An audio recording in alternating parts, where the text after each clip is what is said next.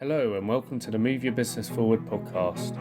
These talks are hosted by Boll, founder of Evoke Management and CEO of International Leaders UK. He'll be talking with experts from both these companies about issues that affect SME companies today. Today, for this podcast, I'm joined by Jonathan Slobom. He's one of our industry experts at International Leaders UK. And our topic for today is marketing. Now, marketing is such a massive topic. It's very easy to get lost or to speak so high level that we don't go into any detail. Now, I'm not a marketing expert. I've been running a couple of businesses over the last coming up to 7 years now, and I've learned a lot of marketing really by trial and error. And I'm constantly reminded by this stat that 80% of marketing doesn't work, which is one of the most frustrating things I've come across in running businesses and trying to learn marketing. And what we're going to talk about today, Jonathan, is the different types of marketing, from the very top, having a strategy, and then breaking it down into the different parts of marketing, which, from what I've learned, involve specialism and specialists to execute those bits of it. And I just want to have a bit of a chat around that and get your take on how that all works. So welcome, Jonathan, and hopefully we can have a good discussion. Good. Far away, Rob. So firstly, marketing strategy, the very highest level of what your plan is to get your message out there and pick up new business. One example, one definition of marketing that I quite like is marketing is whatever you do to make selling easy, right? Absolutely. Whatever you do to make selling easy. Is that any other definitions of marketing that are good for us? I would absolutely concur with that. People often say to me, what's more important, marketing or sales? And I say, well, they're both very, very important. You know, what's the purpose of a business? The purpose of a business is to generate sales. What's the purpose of marketing? It's to facilitate and assist in that process. And therefore, in a family structure, they're brothers and sisters. They are together, and you need both.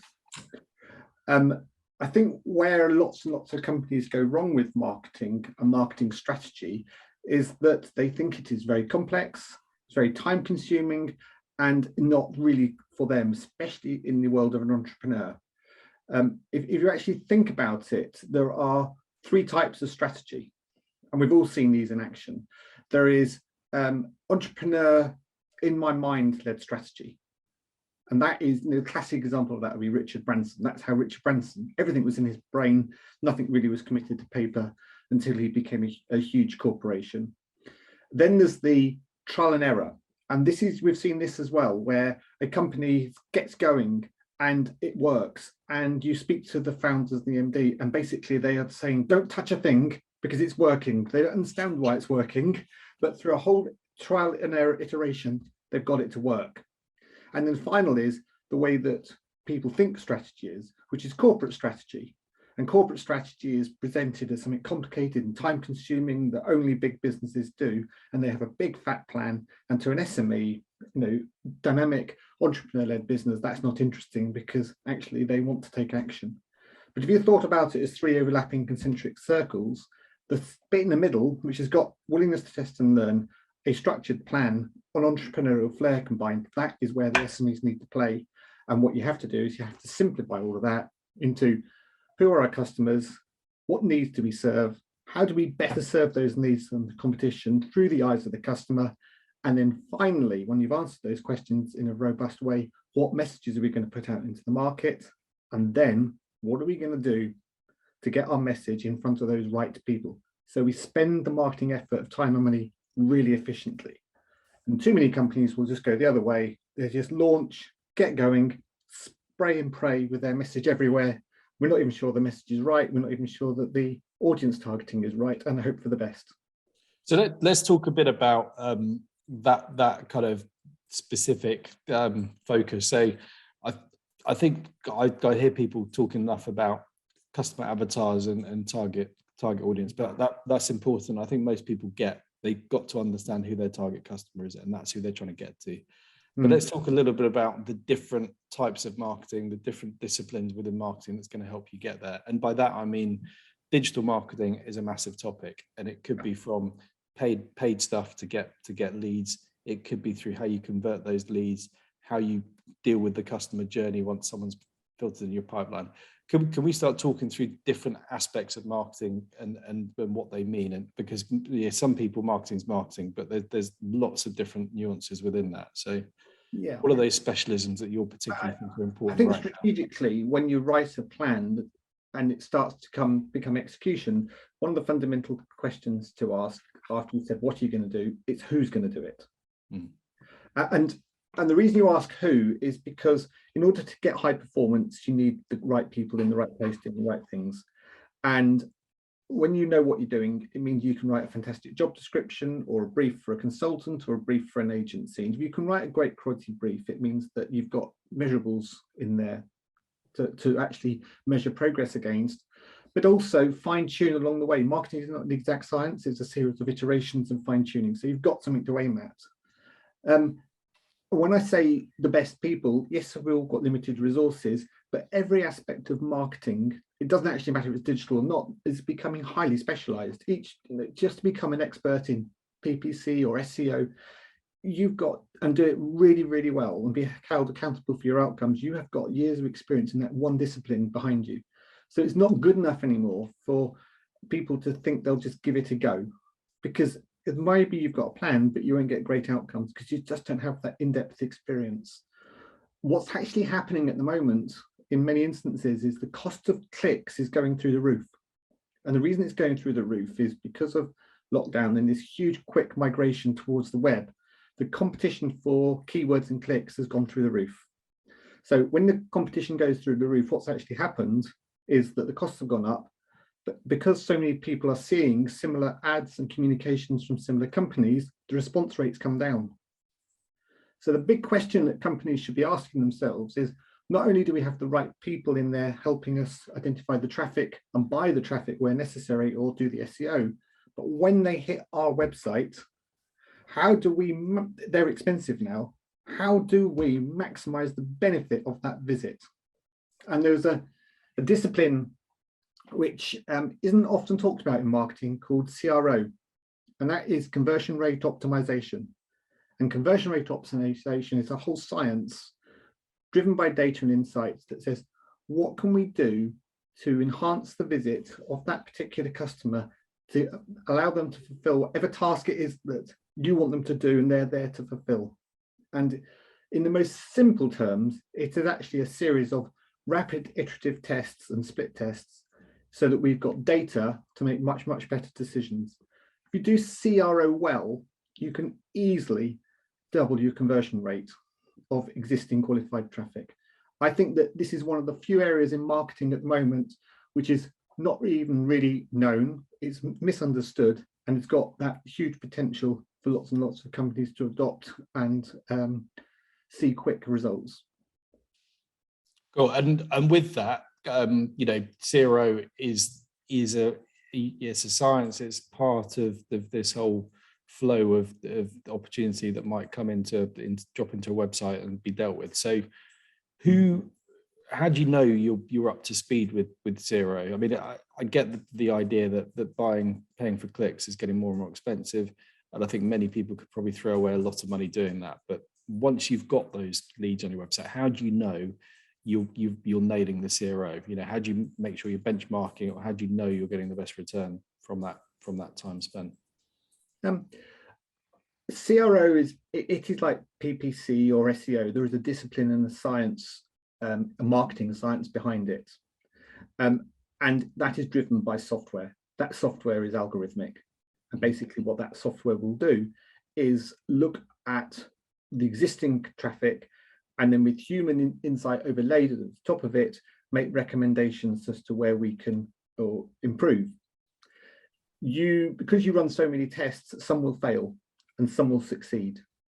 And if you're not testing aggressively and repeatedly how to optimize that visit for a customer, I know for a fact that you will not be optimizing the value of that traffic. So there isn't a hard number you can put on it, but what it is that, have you put any effort into enhancing that visit of the customer? And are you using data-led decisions, or are you just making decisions based on what you think could be the best thing to do? And if you're not making data-led decisions overlaid by expertise, there is almost certainly significant headroom to improve that conversion rate. As a metric, or as a benchmark, if you're selling a decent amount of your revenue online and you're investing in paying for leads and you're getting traffic to your site, if you are only looking at the CRO optimization by site or by person, you're not using any software, you're probably not where you should be, right? I'm assuming. Correct. And as much as you might think intuitively understand the customer, it's really, really hard to understand the customer intuitively, because what customers say and what customers do can actually be very different things. And secondly, the way they behave in one set of circumstances in one day on one different device to another different device, almost inside with the mindset they've got, you'll get different reactions and also different people. So you've talked to me before about personalization. So there's CRO and there's personalization, which I guess crosses over, but yeah, tell me a bit about the personalization aspect of. But personalization is actually breaking down your sources of traffic and the behaviors around them as to be as nuanced as possible. And so with sophisticated CRO, what you can actually serve up is bespoke landing pages and to a particular group of customers, because the more pertinent and relevant the page that a customer sees on their wherever they are in the journey and with their needs, basically the higher the conversion rate. So a generic page will not perform as well as a specific page, because if that specific page understands that you are not just a parent, but you're a mother, and you're not just a single mum, but you're a single mum that's got 2 kids, and it talks to you, and you've got the age group right, and it talks to you about that opportunity, that is where you're going to pick up the benefits. And if it understands that you're there for a repeat purchase, or you've never made a purchase before, so you need further information, so it's using data to build intuition into the journey. Personalization is not putting a name on the communication hoping for the best. It's tailoring the journey and the experience. Yeah, tailoring the journey, and this again is spend, right? Is something people have to spend money on. Yeah. At what point would you say a business should be ready to kind of really optimize this? What are the signs that they're missing a trick to need more CRO personalization? If a business has got more than £1 million worth of turnover from their website, on their website, they are almost certainly going to benefit from CRO. Having said that, I absolutely know for a fact that the early stage new start businesses that have got VC backing, they use CRO from day one. And it's worth understanding what the VCs ask clients to do and where they spend their money. And there are CRO deep specialists out there that are retained by the VCs, and the VCs, when they take the shareholding, one of the first tasks they do is optimize that customer journey. Yeah, okay, that makes sense. So we talked a bit about that. What other disciplines are there within marketing? We're talking mainly about digital at the moment. What else is there in there that you think is important and relevant at the moment?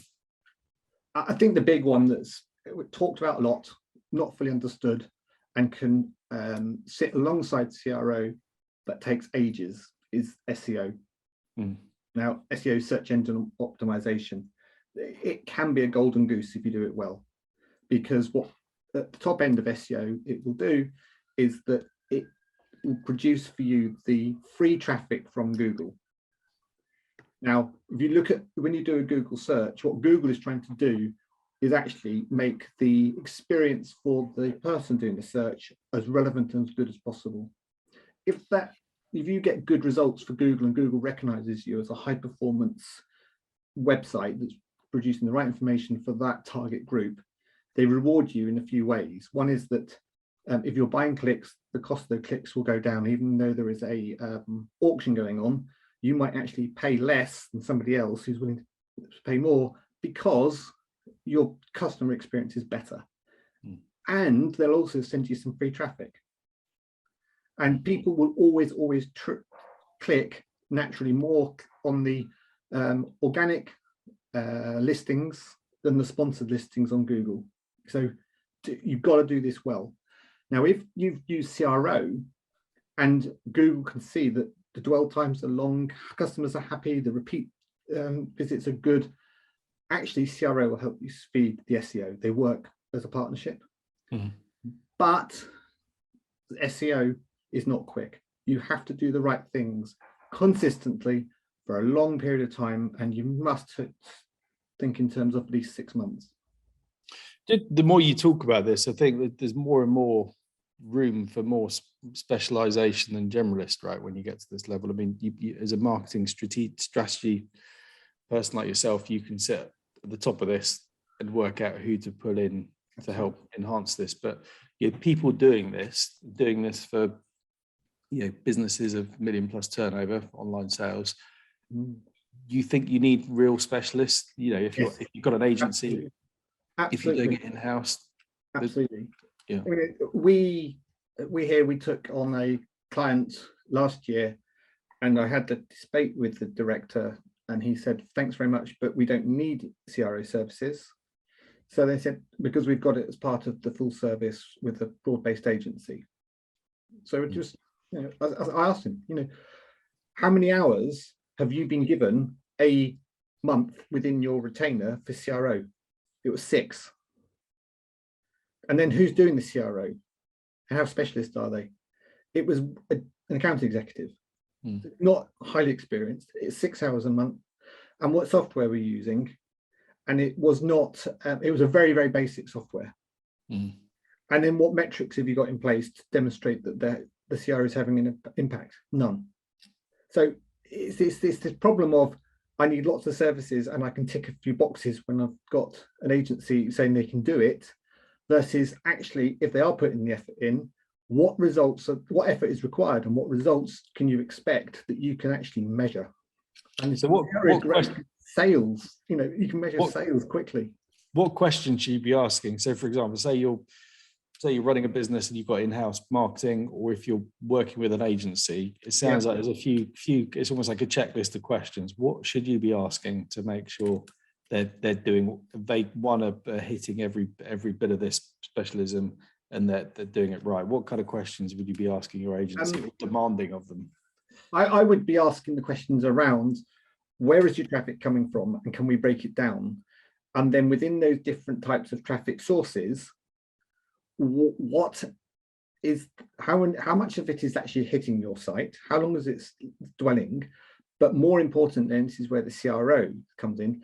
How much of it is converting? Conversion isn't always about sales. Conversion is about the customer behaving how you'd like the customer to behave. So if you think about the classic sales funnel, maybe because it's a sophisticated sale, but you only want them to sign up to a newsletter or an email.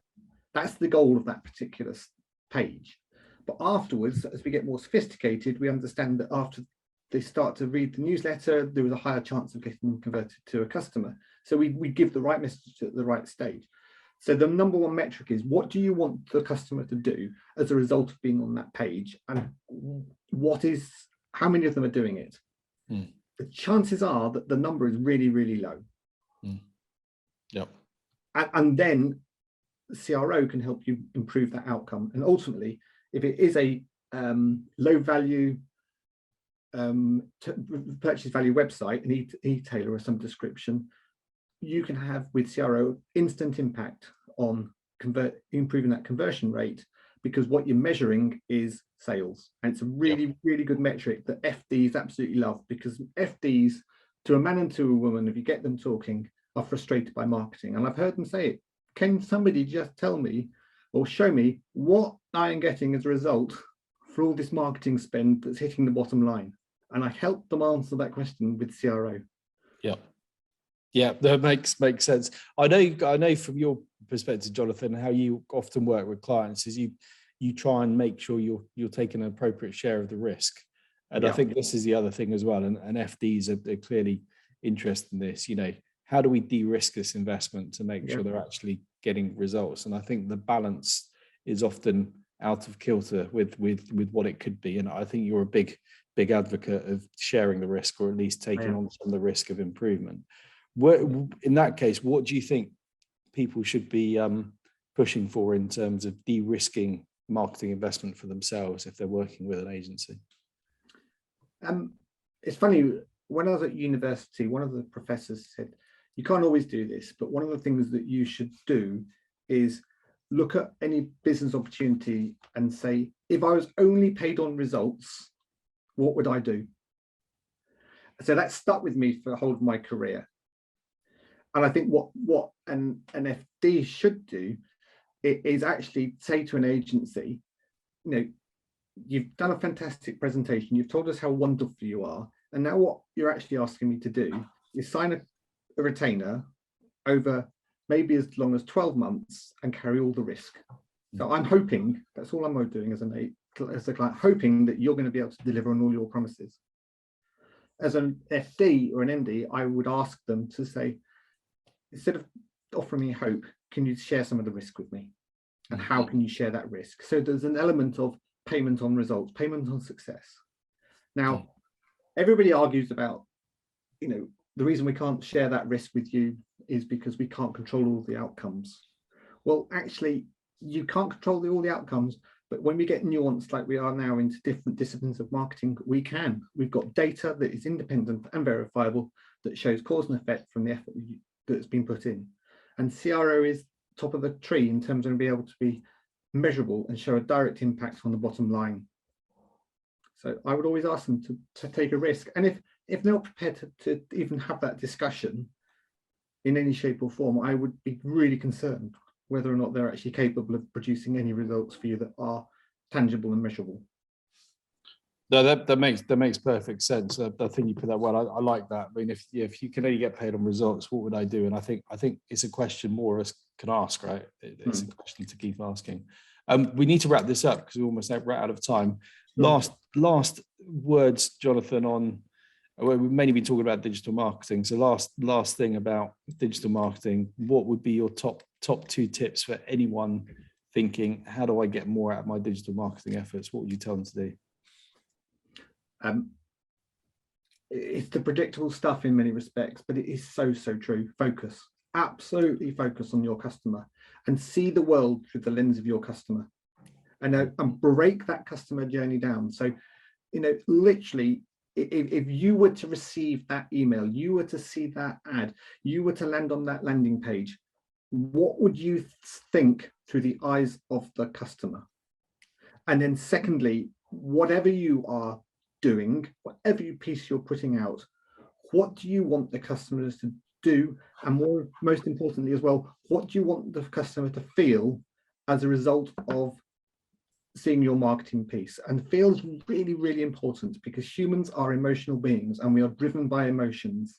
So if we create that right feel, that will really, really help the engagement. And we've had it all before. People go, oh, I really, really love that company. Well, why do you love it? Oh, I just do. It's brilliant. And it's the emotion because you've connected with them at a certain level and it's moved on from a functional decision to an emotional decision.